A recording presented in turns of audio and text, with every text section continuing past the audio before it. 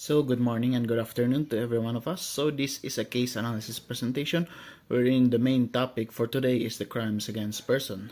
Wherein the presentation will delve into the various criminal cases concerning the offenses against individuals or persons, offering a comprehensive analysis of the facts, the specific acts of the accused, the relevant elements under the Revised Penal Code of the Philippines, and the resulting court decisions.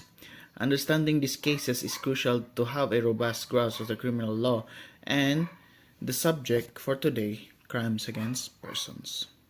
So in the case of People versus Rabinos, the accused stabbed his pregnant wife, killing both her and the unborn child. He was charged with the complex crime of parricide with an intentional abortion.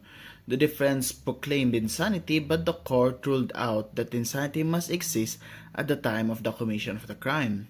And as presented in the evidence and in the testimonies of the people that had been with the perpetrator, it showed that the odd behavior occurred after the incident.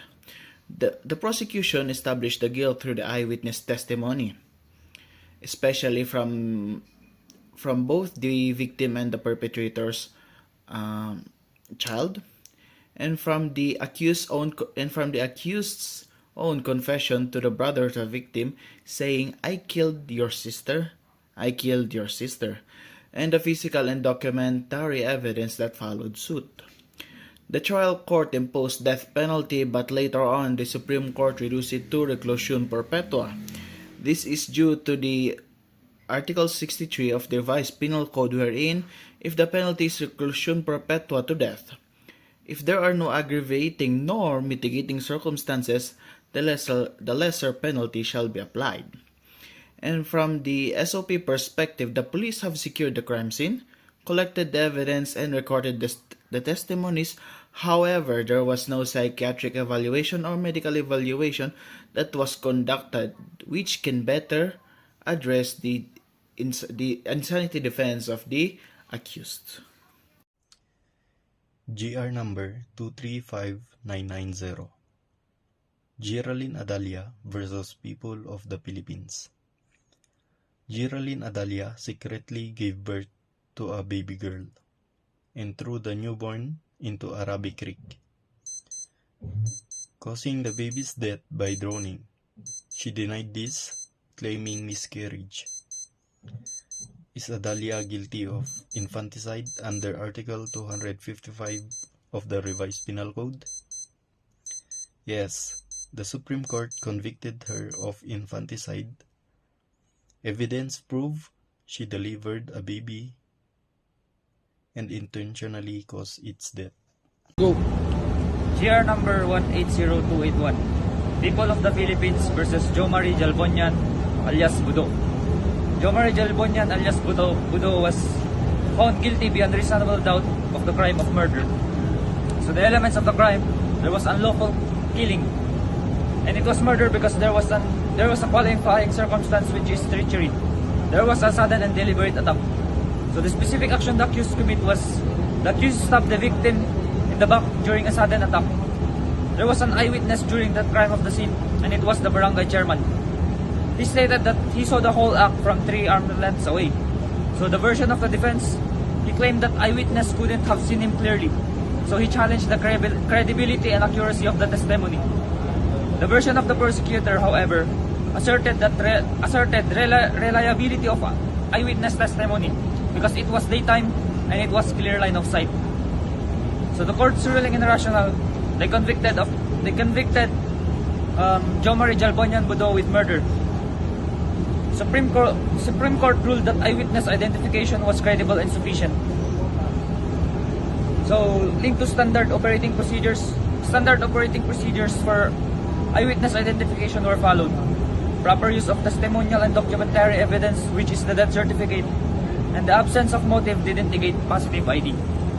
Of the case, on December 12, 1998, in Manila, Honorio Tibon fatally stabbed his 2 sleeping sons, aged 2 and 3, then attempted suicide by stabbing himself and jumping from a window. Elements of the crime against person, RPC, The crime committed was parricide, Article 246 RPC. 1. A person is killed. 2. The deceased is legitimate child. 3. The killing is committed by the accused. 4. The act was done with intent to kill. Court ruling or decision. Guilty of 2 counts of parricide. Insanity defense was rejected due to lack of proof of complete deprivation of the reason at the time of the crime. Death penalty was commuted to reclusion perpetua without parole under RA 9346. Civil indemnity 75,000 per child. Moral damages 75,000 per child. Exemplary damages 30,000 per child, and actual damages is 173,000. In the case People of the Philippines versus Wellington Rodriguez B. Hermosa, GR number 211721. The accused was charged with qualified trafficking in persons after allegedly flagging down a police officer offering women for sex, accepting a marked 500 bill and calling over 3 women for selection. The prosecution relied primarily on police testimonies, arguing that victim testimony was not necessary in invoking the presumption of regularity in official duties. On the other hand, the defense claimed Rodriguez was merely selling cigarettes, denied any involvement in trafficking, and questioned the absence of the original mark bill. The affidavits of the alleged victims and their personal testimonies, the Supreme Court ultimately acquitted the accused, ruling the prosecution failed to prove his guilt beyond reasonable doubt. Citing inconsistencies in the evidence, the lack of critical documents, and the absence of direct victim testimony, the court applied the equipoise rule, giving the benefit of the doubt to the accused. The case revealed several procedural issues such as poor documentation of evidence, weak coordination in the entrapment operation, and failure to present essential witnesses, all of which undermine the credibility of the prosecution case.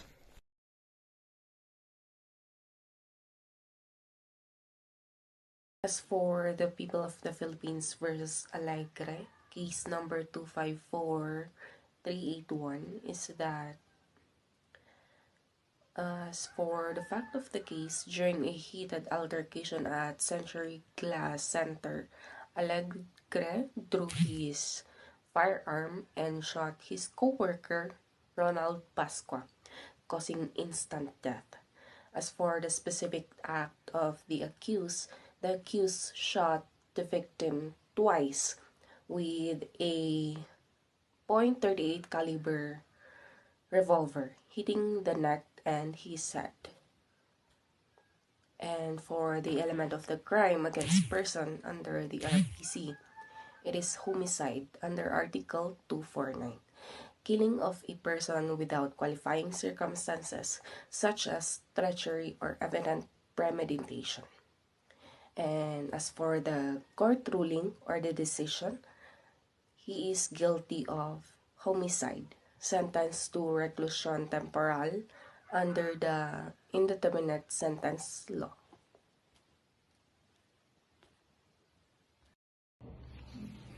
GR number 202124. People of the Philippines versus Ireneo Jugueta.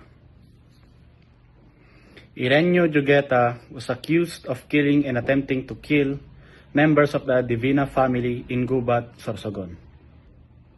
The key witness was Noberto Divina, the father, who positively identified Jugueta as the assailant.